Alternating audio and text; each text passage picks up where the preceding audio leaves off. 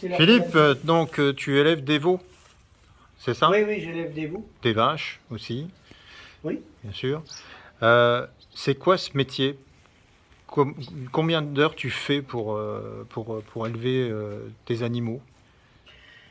Ben, les astreintes avec des animaux, c'est tous les jours. Donc c'est des temps horaires dans les exploitations qui se baladent de 6 heures le matin, des amplitudes de travail, de surveillance jusqu'à, on va dire, 22 heures le soir avant d'aller dormir.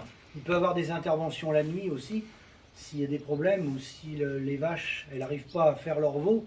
On peut avoir des interventions la nuit aussi. C'est du vivant, donc par définition du vivant.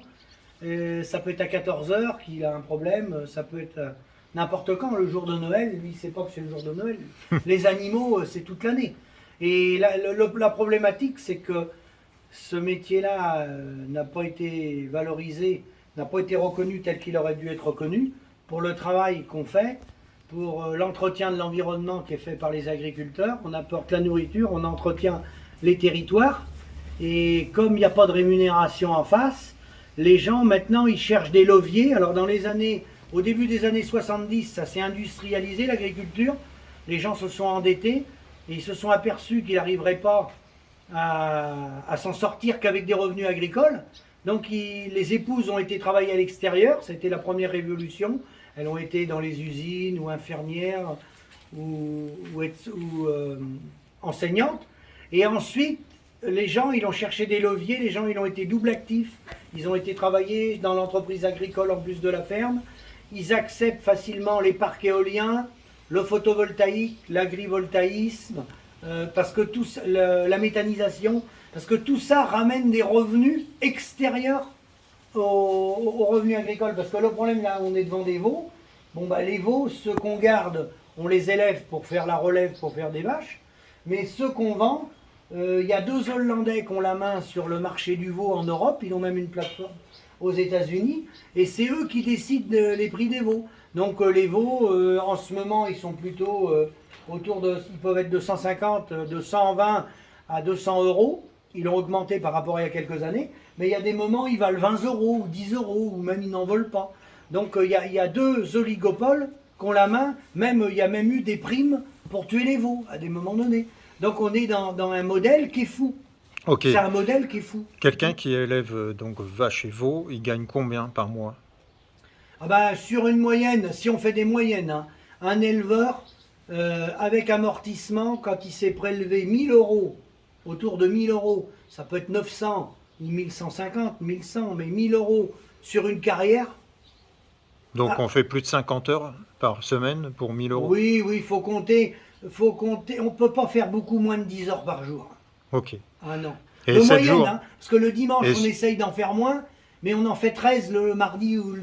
Voilà. ouais, donc c'est 70 heures par semaine. Oh oui. Pas de Oui. dimanche, pas Ah de non, samedi, non. pas de week-end. Donc quand il y a un mariage, quand il y a une sortie à faire, il faut absolument trouver Il quelqu'un faut pour trouver remplacer. quelqu'un pour se faire remplacer. Et y a aucun système assurantiel. Il n'y a pas d'assurance l'homme-clé, par exemple. Si on est opéré ou on est accidenté, on est très mal assuré. On a 29 euros par jour par la mutualité sociale agricole, 29 euros par jour. Mhm. Donc ça paye 2 heures d'un travailleur à peu près. Et encore pas le week-end, parce que le week-end, c'est 30 euros de l'heure quasiment. Et après, il faut prendre des assurances privées. Les gens en prennent très peu parce qu'on n'a pas les moyens. Et une assurance privée, les gens ils se couvrent à hauteur de 30, 40 euros par jour. Donc si on fait 40 et 29, de toute façon, on n'est pas capable de se faire remplacer. Donc le remplacement, il se fait par les parents, par les enfants, par un copain, par un beau-frère. Euh, Donc c'est un monde assez fermé pour le coup.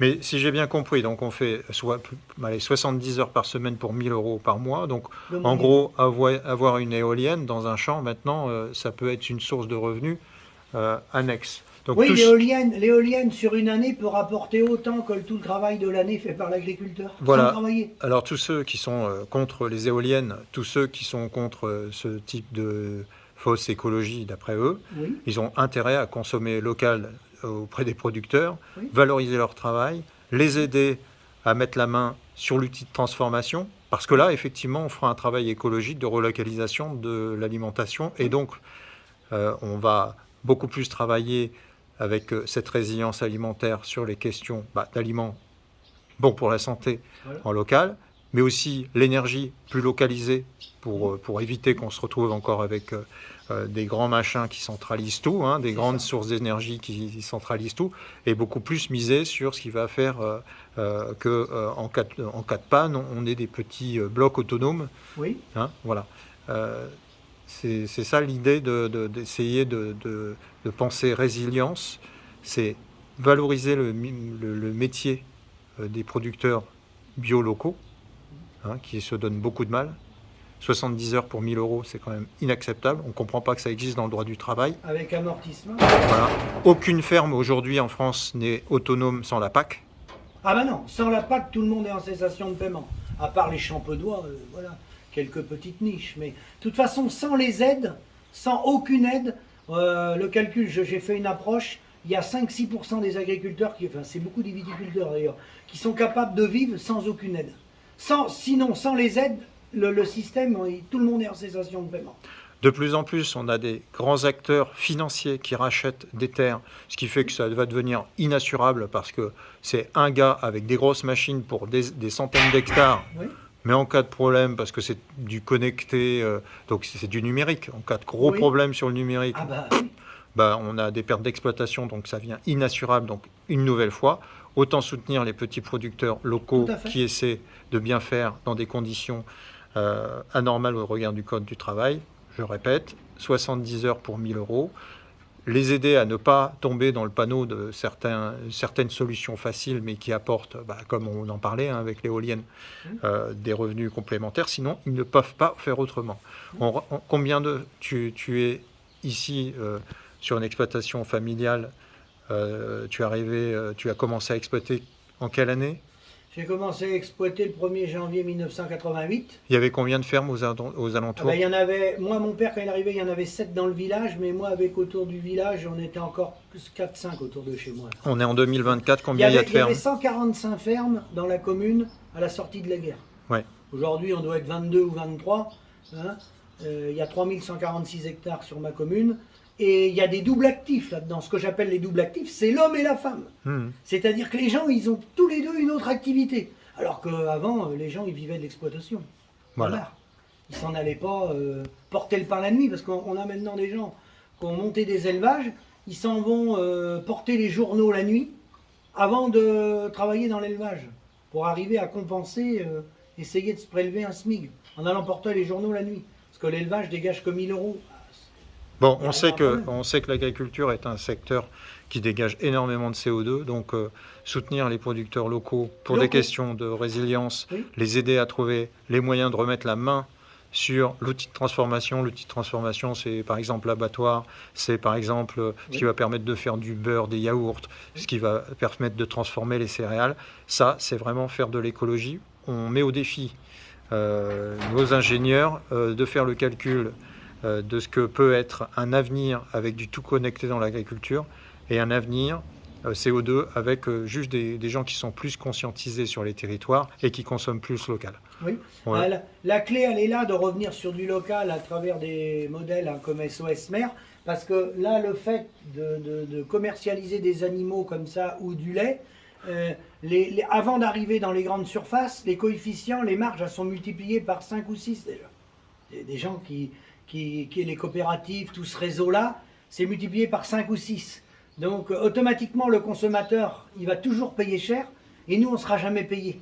La seule solution, c'est de relier les deux, d'aller vers le consommateur et de relier les deux. Sinon, l'autre modèle, il est fait pour enrichir l'agro-industrie, le machinisme, l'agroalimentaire, l'industrie pharmaceutique, parce que c'est des modèles où on a concentré les fermes, on les a industrialisées, avec beaucoup d'antibiotiques, donc il y a une résistance après aux antibiotiques. Donc ça fait vivre l'industrie pharmaceutique, 1500 milliards de dollars de bénéfices nets chaque année quand même, au niveau planétaire, c'est pas rien.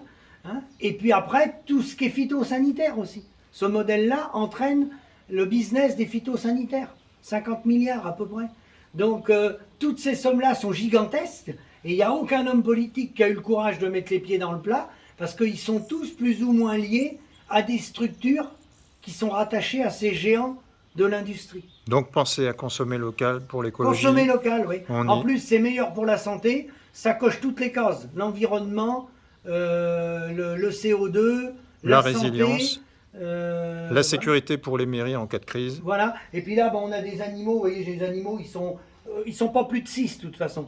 Par case, ils sont sur la paille. Hein. Ils ne sont pas concentrés. Vous allez aller dans des élevages où vous en avez 1000 ou 10 000 dans des bâtiments ventilés, serrés et tout. Là, on a industrialisé l'agriculture, on l'a financiarisé. On a voulu faire comme Ford aux États-Unis. C'est ça ce qu'on a voulu faire avec les animaux. Donc, c'est pas possible. Merci beaucoup. À Merci, bientôt. Alexandre.